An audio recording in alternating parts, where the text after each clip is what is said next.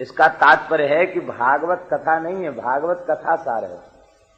क्योंकि अन्य पुराणों में तीर्थाटन, व्रत, जप, तप, नियम इनकी महिमा का वर्णन है और भागवत धर्म उन सब का सार है। तो आप कृपा करके भागवत धर्म के सार सर्वस्व वाली कथाएं सुनाइए, अर्थात कर्म, ज्ञान, योग, तीर्थाटन, व्रत, उपवास आदि में भटकाने वाली कथाएं न सुनाइए। केवल भगवान का अनुराग बढ़े, भगवान का संबंध दृढ़ हो, ऐसी कथा आप कृपा करके सुनाइए। कैसे? कहते जैसे भ्रमर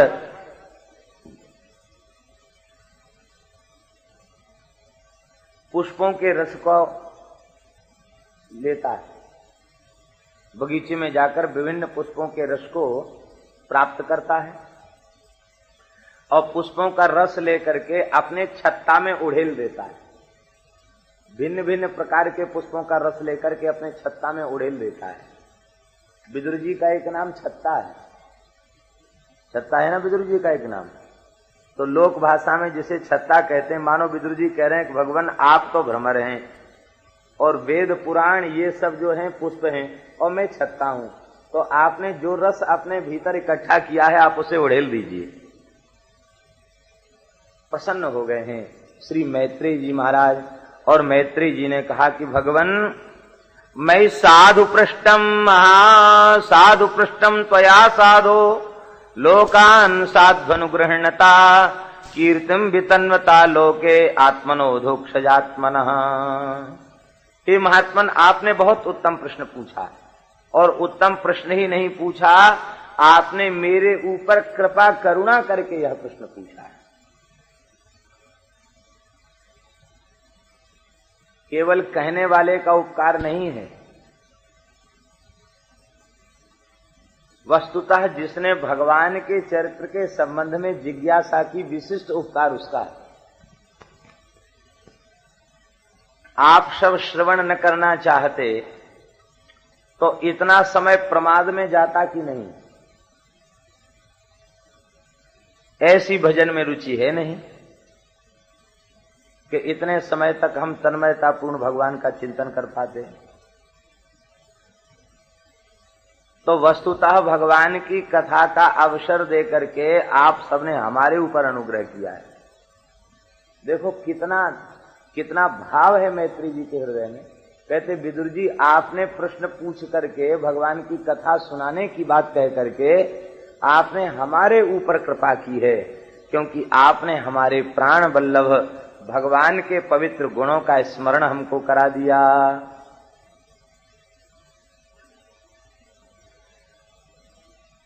श्री अखंडानंद जी महाराज तो कहा करते थे, कहते थे भाई देखो, श्रोता की महिमा वक्ता से ज्यादा है। क्यों? कहते वो तो चौकी पर बिठा दिया है तो चौकीदार है, तो धरती पर बैठा वो जिम्मेदार है,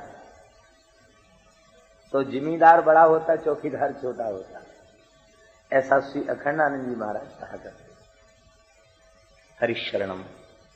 प्रसन्न होकर के श्री मैत्रेय जी महाराज ने भगवान के परम पावन चरित्रों को कहा और प्रशंसा करते हुए कहा, श्री विदुर जी महाराज, आप जैसे महात्मा के लिए यह कोई आश्चर्य की बात नहीं। वस्तुतः आपकी कोटि के जो महात्मा होते हैं उनका हृदय तो भगवत प्रेम से परिपूर्ण होता है और वे संसार की बात पूछ नहीं सकते हैं, वे तो भगवान की ही बात पूछते हैं। फिर आपके संबंध में तो कहना ही क्या, आप तो साक्षात भगवान व्यास के अंश से प्रकट भये हैं। वादरायण वीर्यजे, वादरायण भगवान व्यास के अंश से प्रकट भये हैं। साक्षात धर्म हैं, प्रजा संयमन यम हैं, मांडव्य ऋषि के शाप से और आपको इस शरीर को ग्रहण करना पड़ा। मांडव्य ऋषि बड़े भजनानंदी संत थे, चोरों ने चोरी किया और उनके आश्रम में धन को छुपा दिया। मांडव ऋषि तो ध्यान में बैठे थे, पीछे से राजा के सिपाही आए और उन्होंने आश्रम की तलाशी ली तो चोर भी पकड़े गए, माल भी पकड़ा गया। आश्रम में चोर आए, इस बात से उन लोगों ने यह समझ लिया कि जरूर इन चोरों के साथ महात्मा की कुछ साठ-गांठ है, इनको भी पकड़ लिया। राजा से कहा, राजा ने कहा सबको सूली पर चढ़ा दो। सबको सूली पर चढ़ाया गया, चोरों को सूली पर चढ़ाया गया, चोर तो नष्ट हो गए। मांडव ऋषि को जब सूली पर चढ़ाया गया तो आप अपने योग बल से सूली के ऊपर आसन जमाकर बैठ गए। मृत्यु नहीं भई आपकी सूली पर चढ़ाने के बाद। कई महीने बीत गए, भजन करते करते राजा को सूचना मिली। जल्लाद तो भाग गए तो राजा को सूचना मिली, राजा ने हमको आपके ऊपर क्रोध नहीं है, हम तो उस यमराज से पूछेंगे कि हमारा कौन सा कर्म था जो हमको इतना कष्ट भोगना। आत्मा को सूली से उतारने का प्रयत्न किया गया तो सूली छिद चुकी थी शरीर में, वो बाहर नहीं निकल सकी। उस सूली को काट दिया गया, इसलिए उनका नाम हुआ अणि मांडव्य। अणि जो लोहे की अणि है वो भीतर उनके रह गई, शरीर में ही रह गई, इसलिए उनका नाम एक अणि मांडव्य हुआ। वे अपने योग बल से इसी शरीर से यमलोक पहुंच गए। यमराज ने उठ करके आपका स्वागत किया। बोले महाराज कहिए कैसे पधारे? बोले हम तुम्हारा अर्घपाद्य और पूजा लेने नहीं आए हैं, पहले यह बताओ कि किस पाप के कारण हमको शूली पर बैठना पड़ा।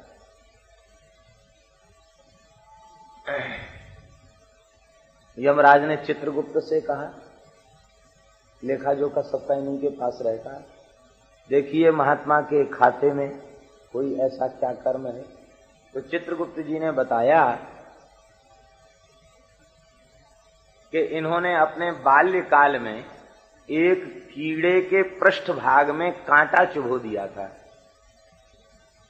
एक कीड़े के पृष्ठ भाग में कांटा चुभो दिया था, तो उसके परिणाम स्वरूप इन्हें 6 महीने तक सूली पर बैठना पड़ा। मांडव ऋषि ने पूछा उससे, हमारी आयु क्या थी? बोले आपकी आयु 5-6 वर्ष की थी। बोले बस इतनी ही? अरे तुम यहाँ यमलोक में बैठकर कड़े कड़े कानून बनाते चले जा रहे हो, तुम्हें पता नहीं है कि धरती पर पहुंचने के बाद पाप से बचना कितना कठिन है। 5 वर्ष का, 7 वर्ष का, 8 वर्ष का बालक क्या यह भी जानता है कि इसे पाप कहते हैं? तुम धरती पर जन्म लो और पाप से बच के दिखाओ, तब पता चले। आज के बाद में व्यवस्था बनाता हूं, 14 वर्ष की आयु तक यदि कोई बालक अपराध कर देगा, महाभारत में 14 वर्ष की बात लिखी है, तो उसे बालक को पाप न भोगकर उसके पिता माता को पाप भोगना पड़ेगा। 5 वर्ष की आयु तक बालक से कोई पाप बन जाए तो किसी को नहीं भोगना पड़ेगा, बालक को भी नहीं भोगना पड़ेगा, निष्पाप है 5 वर्ष की आयु तक। 5 वर्ष की आयु के बाद 14 वर्ष की आयु तक यदि कोई पाप करता है तो कितना हुआ?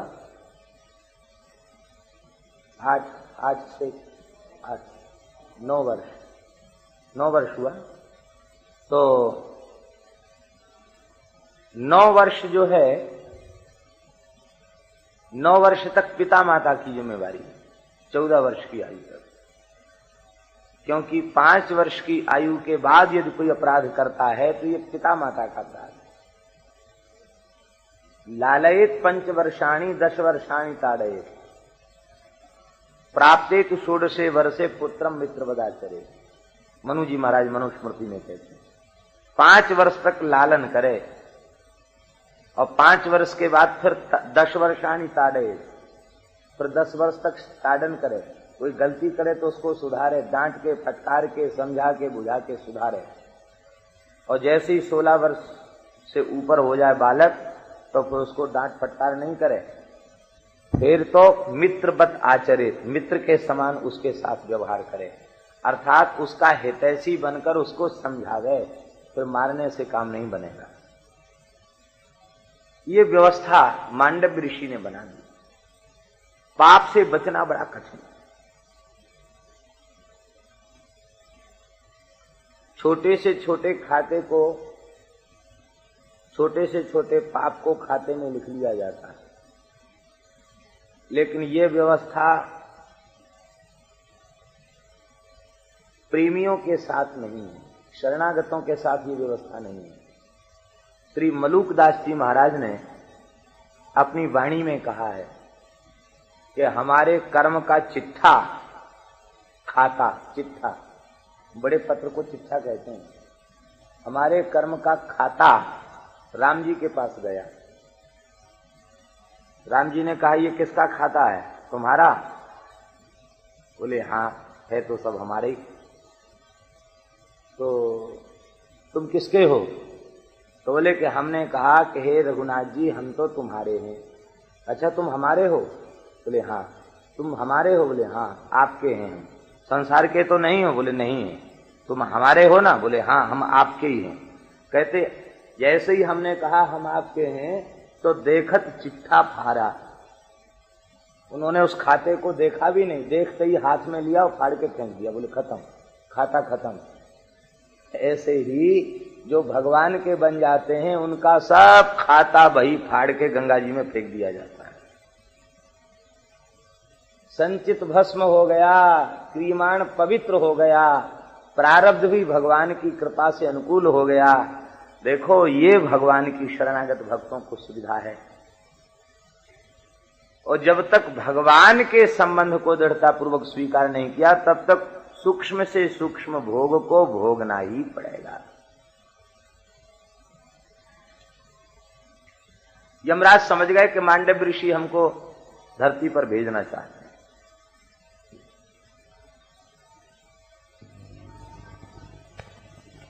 यमराज ने कहा, भगवान, मुझे धरती पर जाने में कोई संकोच नहीं है, जन्म लेने में संकोच नहीं है, लेकिन एक प्रार्थना है, वो ये है कि 3 योनियों में हमें न जाना पड़े। राजा न बनना पड़े, दासी पुत्र न बनना पड़े और चांडाल न बनना पड़े, क्योंकि इन तीनों का पाप से बचना कठिन है। राजा का पाप से बचना बहुत कठिन है। भाई कुछ न कुछ तो न्याय अन्याय कुछ न कुछ करेगा, सर्वज्ञ परमात्मा तो है नहीं, सबके साथ एक जैसा न्याय हो जाए, किसी न किसी के साथ तो अन्याय होगा, उसका परिणाम उसे भोगना पड़ेगा। राजा का पाप से बचना कठिन है, दासी पुत्र का पाप से बचना कठिन है, और चांडाल भी पापमयी योनि है, इसलिए उसका भी पाप से बचना कठिन है। मांडव ऋषि तो क्रोध में थे, उन्होंने कहा, जिन 3 योनियों से तुम बचना चाहते हो, उन्हीं 3 जातियों में तुम्हें जन्म लेना पड़ेगा। राजा भी बनना पड़ेगा, दासी पुत्र भी बनना पड़ेगा और चांडाल भी बनना पड़ेगा। समर्थ पुरुष समर्थ होते हैं, वे ही यमराज 3 रूपों में धरती पर आए। राजा के रूप में धर्मराज युधिष्ठिर, दासी पुत्र के रूप में महात्मा विदुर और चांडाल के रूप में स्वपच वाल्मीकि। 2 वाल्मीकि हैं, एक तो महर्षि वाल्मीकि हैं जो आदि काव्य रामायण के प्रणेता हैं, ये ब्रह्मर्षि हैं, ये भृगुवंशी ब्राह्मण हैं। और वाल्मीकि रामायण में तो स्वयं स्वीकार किया है, अपना परिचय देते हुए श्री वाल्मीकि महर्षि ने कहा है, प्राचेत सोहम 10वां पुत्रो राजर्षि सत्तम। हे श्री राम, मैं प्रचेताओं का 10वां पुत्र हूं। प्रचेता नाम के ऋषि, उनका मैं 10वां पुत्र हूं। ये प्रचेता नाम के ऋषि, ये भृगुवंश में भय हैं, इन्हीं के पुत्र हैं, 10वां पुत्र हूं।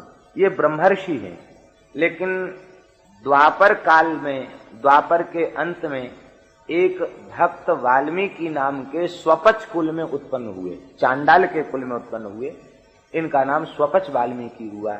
इनकी कथा जैमिनी अश्वमेध पर्व में इनकी कथा है। जैमिनी अश्वमेध पर्व में इनकी कथा का वर्णन व्यास जी ने किया है। स्वपच वाल्मीकि यज्ञ में भगवान ने शंख स्थापित कर दिया और कहा कि हे युधिष्ठिर, जब आपका अश्वमेध पूर्ण होगा तो ये शंख बिना बजाए बजने लग जाएगा। यज्ञ पूरा हो गया, यज्ञांत अभवृत स्नान भी हो गया, लेकिन शंख नहीं बजा। युधिष्ठिर उदास हो गए, बोले भगवान सब कुछ होने के बाद यज्ञांत स्नान तक हो गया, फिर भी शंख नहीं बजा, तो क्या यज्ञ पूरा नहीं हुआ? भगवान ने कहा बात तो ऐसी ही है, जब तक शंख नहीं बजा यज्ञ पूरा नहीं हो। तो यज्ञ में क्या त्रुटि रह गई? बड़े बड़े ऋषि ऋत्विज थे, बड़ी विधि पूर्वक यज्ञ हुआ है, आपके संरक्षण में यज्ञ, यज्ञेश्वर जहाँ विराजमान हो वहाँ यज्ञ अधूरा कैसे? आपकी पावन सन्निधि में यज्ञ हुआ, फिर यज्ञ में क्या अपूर्णता रह गई?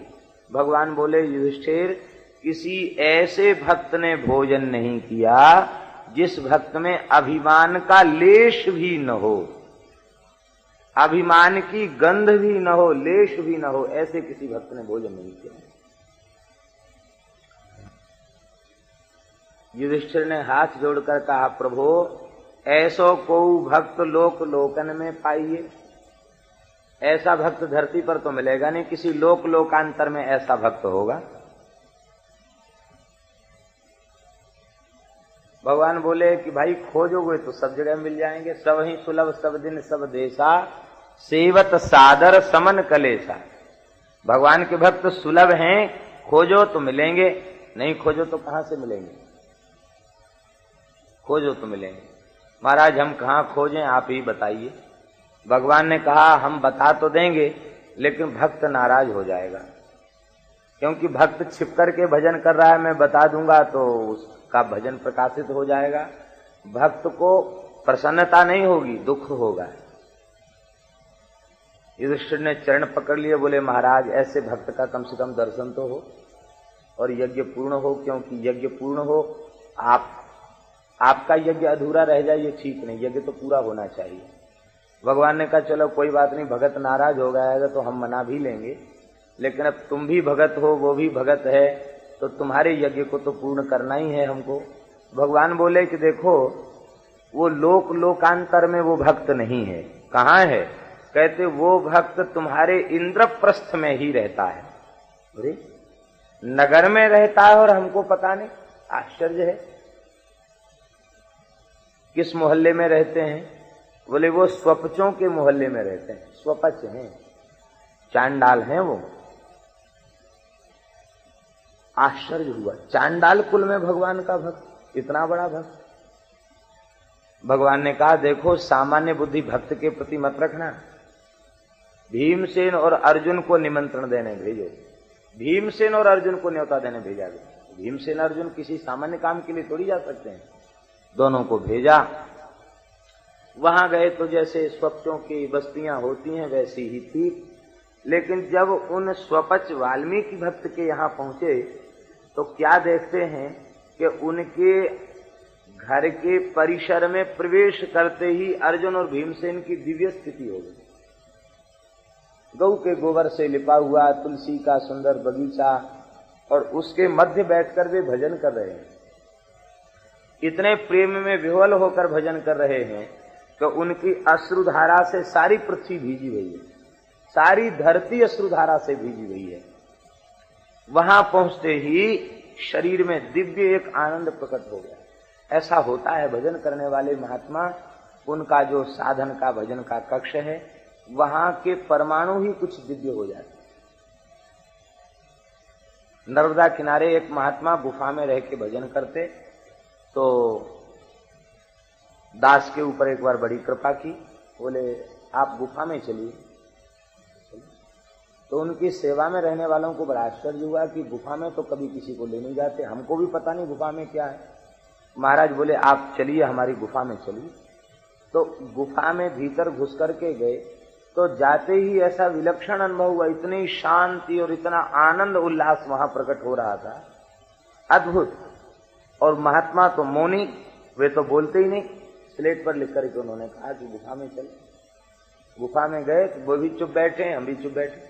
आधा घंटे करीब बैठे रहे, मन एकदम हलचल से उथल पुथल मन की खत्म हो गई। ऐसे लगा मैंने स्वाभाविक रूप से चित्त शांत हो गया। ये लग रहा था कि ये महात्मा यहाँ बैठकर भजन ध्यान करते हैं, उसकी दिव्यता का प्रभाव बिना बताए बिना बोले समझ में आ रहा है। भक्त जहां भजन करता है वहां का स्थल दिव्य हो जाता है, ऐसा अनुभव भगवान की कृपा से होता है। आश्चर्य हुआ, इतने उच्च कोटि के भक्त, ऐसा दिव्य वातावरण। आपने कहा, आप जाकर खड़े हो गए भीमसेन अर्जुन, उनको पता ही नहीं कौन आया, इतने भजन में तन्मय। भगवान का नाम लेकर जय श्री कृष्ण किया, अब उनको समझ में आया कि खड़े, उठ के खड़े हो गए, साष्टांग प्रणाम किया। महाराज हम तो भंगी हैं, आप कैसे पधारे? कहीं आपका न्योता देने आए हैं। महाराज निमंत्रण तो साधु ब्राह्मणों का होता, न हम तो ब्राह्मण हैं न साधु हैं, हम तो स्वपच हैं, हम तो रोज ही जूठन खाते हैं। आपके यहाँ संतों की पंगत होती है, पत्तल बाहर फेंकते हैं, उसमें से बटोर करके हम रोज ही खाते हैं और भजन करते हैं, और हम तो महाराज कहाँ इस योग्य नहीं। भीमसेन अर्जुन ने कहा कि हम अपने आप नहीं आए हैं, भगवान के भेजने पर आए हैं। अब तो मन ही मन भगत जी खींच गए, बोले ये पता ही नहीं ने बताया होगा, नहीं हमारे पास तो कोई श्रद्धालु दर्शन करने आने वाला है नहीं, ये आए हैं तो ठाकुर जी ने ही भेद बताया है। मन ही मन रुष्ट हो गए भगवान पर, लेकिन सोचने लगे चलो भाई भगवान की इच्छा है तो अपने क्या करें। आपने कहा कि देखो कल निमंत्रण है आपका, हम कब आए लेने के लिए? स्वपच भक्त बोले कि लेने मत आना, हम स्वयं पहुंच जाएंगे, अपराध हो जाएगा। वे स्वयं ही दूसरे दिन पहुंच गए, द्वार पर पहुंच गए। भगवान ने द्रौपदी से कहा कि तेरी पाक शास्त्र की सफलता होगी आज, क्योंकि ऐसा भक्त भोजन करेगा जिसके भोजन करने से यज्ञ पूर्ण होगा, तो तेरी रसोई की सफलता आज, तेरे हाथन की होत सफलाई है, तेरे हाथ सफल हो जाने वाले हैं आज। माताओं का पकवान मिष्ठान्न व्यंजन बनाने में बड़ा प्रेम होता है, बड़ी रुचि होती है, पकाने में भी बड़ी रुचि होती है, और उनसे कह और दिया जाए कि देखो भाई आज तुम्हारी पूरी कार्य कुशलता, पाक शास्त्र की प्रवीणता आज देखने को मिलेगी। तो अब तो द्रौपदी ने अपना स्वरूप संभाला और पूरी रात लग करके अनेक प्रकार के व्यंजन बनाए। सुभद्रा, द्रौपदी और भगवान श्री कृष्ण की 16,108 रानी पटरानी भी वहीं थी, उन सब ने पूरी रात रसोई बनती रही, सैकड़ों व्यंजन बने। सवेरे भगत जी आए तो भगवान ने कहा, वे द्वार पर ही बैठ गए, बोले यहीं हमको प्रसाद हाथ में दे दो। बोले नहीं भीतर चलो, भीतर उनको लेके गए, बिछा दिया। अब तमाम कटोरों में व्यंजन परोस दिए। उन बेचारों ने जीवन में इतनी वस्तु देखी ही नहीं थी कभी, इतने भोले भाले भगत। बोले महाराज इतना प्रसाद तो हम नहीं ले सकते, एक पत्तल दे दो और उस पत्तल में थोड़ा थोड़ा थोड़ा थोड़ा सब डाल दो। तो एक ही पात्र में उन्होंने सब वस्तु थोड़ी थोड़ी डलवा ली और डालने के बाद भगवान को भोग लगाया और इसके बाद सबको सान कर एक कर दिया और आचमन करके पाने लगे।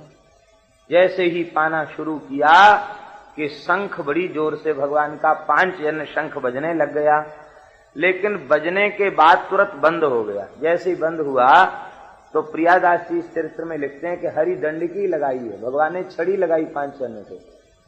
क्यों रे शंख, भक्त की महिमा नहीं जानता? सीथ सीथ प्रति क्यों न बाजो, एक एक कण के ऊपर बजना चाहिए। भक्त भोजन कर रहा है और तुझे बोलने में शर्म लगती है, क्यों मौन हो गया? शंख फिर भी नहीं बजा। भगवान ने कहा मेरे भक्त के प्रति किसी को अभाव आ गया है, बताओ किसको अभाव आया? द्रौपदी ने कहा भगवान मेरे मन में ये बुद्धि, भेद बुद्धि आ गई। हम तो विचार कर रही थी कि हम बढ़िया रसोई बनाएंगे और जब रसोई बन के तैयार होगी भोग लगेगा, भोग लग करके प्रसाद ही इनको दिया गया है और प्रसाद जब भक्त पाएंगे तो कहेंगे खीर बहुत अच्छी बनी, रबड़ी बहुत अच्छी बनी, बर्फी बहुत सुंदर है, चटनी बहुत अच्छी है। तो जो जो चीज प्रशंसा करेंगे तो हम उसको द्वारा परोसेंगे। लेकिन उन्होंने तो हमारी सारी रात की रसोई को गुड़ गोबर कर दिया, खट्टा मीठा चरपरा सब एक में कड़ुआ कसैला सब पदार्थों को एक में सान दिया, तो हमारे मन में तो ये आया कि जैसे आखिर हैं तो स्वपच, सब मिला जुला खाने का अभ्यास इनको है, बटोरन जूठन खाने का अभ्यास है, उसी जाति के कारण उन्होंने ऐसा किया। ये बुद्धि आ गई का, इसीलिए शंख बंद हो गया।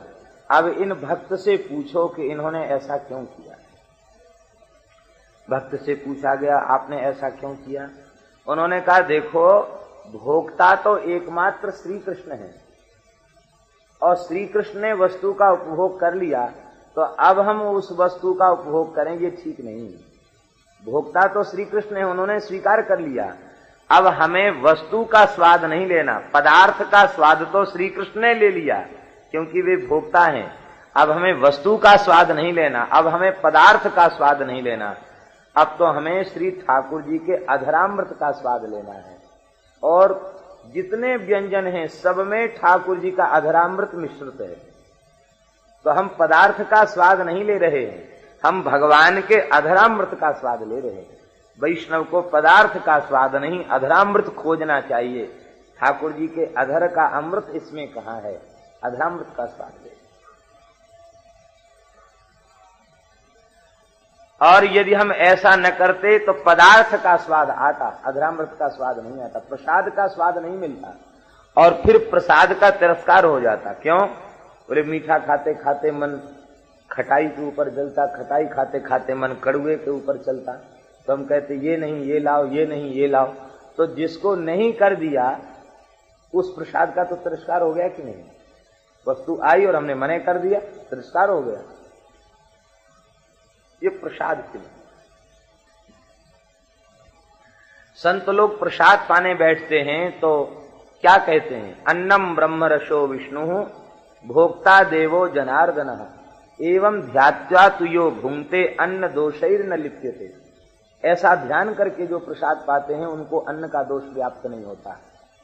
प्रत्येक भक्त को, वैष्णव को प्रसाद पाते समय क्या ध्यान करना चाहिए, अन्नम ब्रह्म, ये सामने प्रसाद के रूप में साक्षात भगवान ही विराजमान है, अन्न ही ब्रह्म है, इसमें जो रस हैं वो विष्णु हैं और इसके भोक्ता भी भगवान हैं। भोक्ता देवो जनार्दन, अर्थात मैं कुछ भी नहीं हूं, ये अन्न भी भगवान, इसमें रस भी भगवान और इसको लेने वाले भी भगवान। हम तो केवल प्रसाद को स्वीकार कर रहे हैं। इस भाव से जो प्रसाद का सेवन करते हैं वे अन्न के दोष से लिप्त होते। इसलिए हमने तो अधरामृत प्रसाद का स्वाद लिया, हमने वस्तु का स्वाद नहीं लिया। अब तो द्रौपदी की बुद्धि का शोधन हो गया।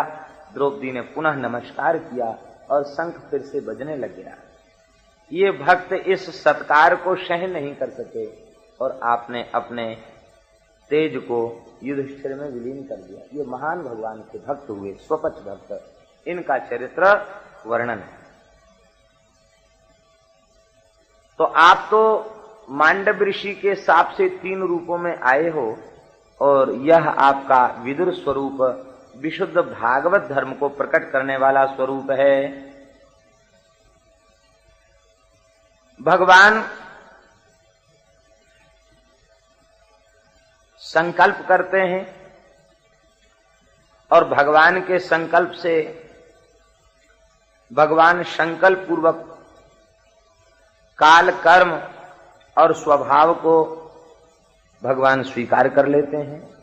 महत तत्व का जन्म होता है और महत तत्व से वैकारिक, तामस, तेज, त्रिविध प्रकार का अहंकार उत्पन्न होता है और इस त्रिविध प्रकार के अहंकार से 16 प्रकार के विकार उत्पन्न होते हैं। तत्त अधिष्ठात्री देवता उत्पन्न होते हैं। इस क्रम से इस ब्रह्मांड का वर्णन किया है। देवताओं ने भगवान की स्तुति की है, इसका वर्णन किया है। विराट शरीर की उत्पत्ति का वर्णन किया है और विराट स्वरूप में कहां कहां कौन से देवता निवास करते हैं इसका वर्णन किया है। श्री ब्रह्मा जी के ऊपर भगवान ने अनुग्रह किया है। ब्रह्मा जी को भगवान ने नाभि कमल से प्रकट किया। ब्रह्मा जी ने तप किया और ब्रह्मा जी को भगवान ने अपना दर्शन प्रदान किया। ब्रह्मा जी का ब्रह्मा जी भगवान का दर्शन करके अतिशय प्रेम में गदगद हो गए। मृणाल गौरायत शेष भोग पर्यंक एकम पुरुषम शयानम फणात पत्रायुत मूर्धरत्न दिवृहत ध्वांत युगांत तोये। उस युगांत तोये में महाप्रलयकालीन जल में ब्रह्मा जी ने क्या देखा कि श्वेत वर्ण के शेष भगवान का पर्यंक बिछा हुआ है। कुंडली मार करके भगवान शेष विराजमान हैं और ऊपर से उन्होंने अपने फणों का छत्र तान रखा है। उनके फणों पर बड़ी सुंदर सुंदर मणियां जगमगा रही हैं और भगवान शेष पर्यंक पर पौढ़ करके योग निद्रा का आश्रय लेकर के शयन कर रहे हैं। उन भगवान का दर्शन करके श्री ब्रह्मा जी प्रेम से गदगद हो गए और श्री ब्रह्मा जी ने भगवान की स्तुति करना प्रारंभ किया। यह ब्रह्मा जी की स्तुति बड़ी प्यारी स्तुति है। श्रीमद् भागवत में ब्रह्मा जी ने जहां जहां स्तुति की है वो अतिशय महत्वपूर्ण है, क्योंकि ब्रह्मा जी भागवत धर्म के आचार्य हैं।